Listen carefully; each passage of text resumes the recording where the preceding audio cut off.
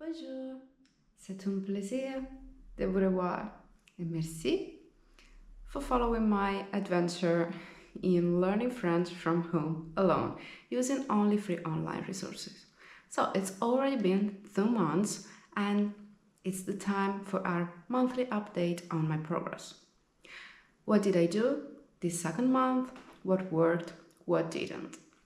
First of all, I focused on different topics.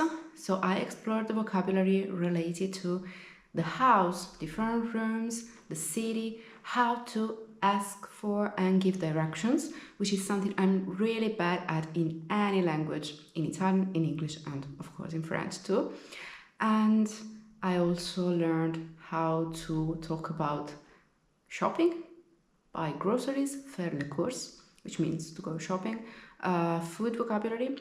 Now, all these things, and also summer holidays or holidays in general.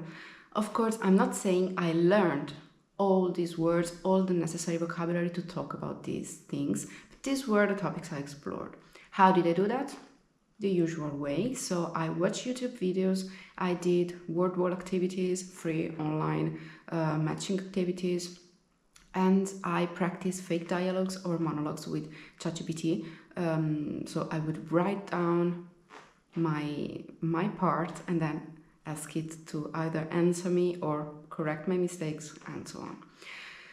Did it work? Well, yeah, of course. I made progress and I'm going to prove it to you in a while. But it's getting a bit boring. Since it's the second month, I also started reviewing older topics because, of course, when you learn home alone and you have no opportunity to practice the language in everyday scenarios, you tend to forget words. That's totally normal, that's expected. And I was only glad to find out that some words I did remember. So I started reviewing previous topics like ordering food, ordering a cafe at a bar. And how did I do that? By watching the same videos again and again, or different videos on the same topic. So, and just trying to see how much I remember, how much I forgot, and to revise the vocabulary. Of course, that gets a bit boring because I'm just a beginner, so it's not like I can listen to any kind of video or podcast. The interesting stuff is still too difficult for me. So I like to change some things during my third month, and I'll tell you that at the end of this video. I also learned or try to learn how to use the passé composé, which is the main past tense we can use to talk about events in the past. That was easy for me because it's really similar to how we do that in Italian. So of course that was an advantage, which doesn't mean that I mastered it perfectly. So first of all, in order to give you some proof of what I'm doing and how it's going, I'm going to tell you about my honeymoon in Paris 3 years ago.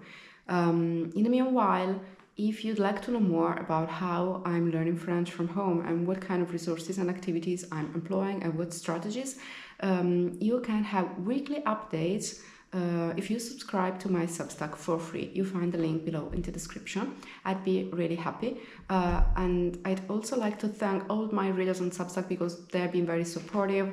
They're cheering me on and sharing their own struggles. And yeah, that really helps.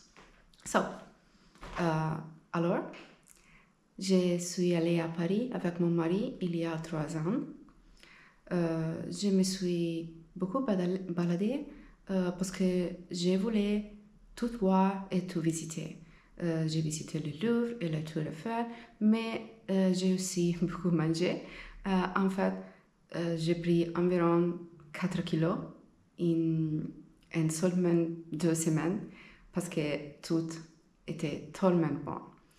Alors c'était une merveilleuse expérience et j'espère pouvoir bientôt revenir à Paris. C'était là que je suis tombée amoureuse avec les langues françaises et j'ai pris la décision d'apprendre le français.